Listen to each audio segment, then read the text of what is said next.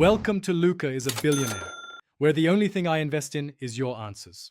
In this video, I will explain how to file child support through DSWD. First, understand that DSWD assists in mediating and facilitating child support claims, especially when parents cannot agree. You'll need to prepare specific documents to support your claim.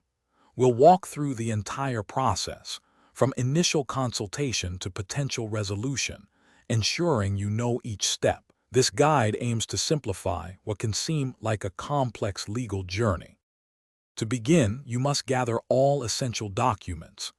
This includes your child's birth certificate, your valid government-issued identification, and any marriage certificates if applicable.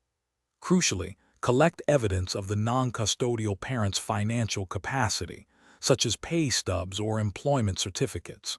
Also, compile records of your child's needs, like medical bills, school enrollment forms, or daily expense estimates. Having these ready will significantly streamline your application.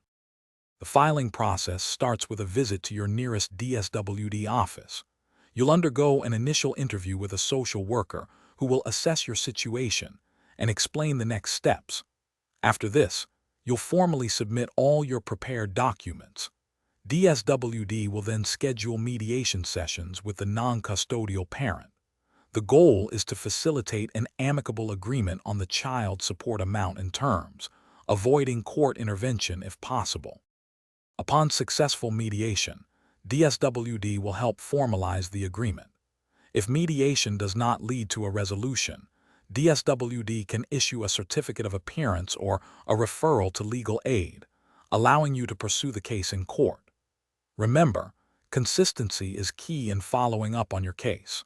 For more resources and deals, including a book that can truly change how you think about money, please check the description below this video. Your child's future is worth every effort.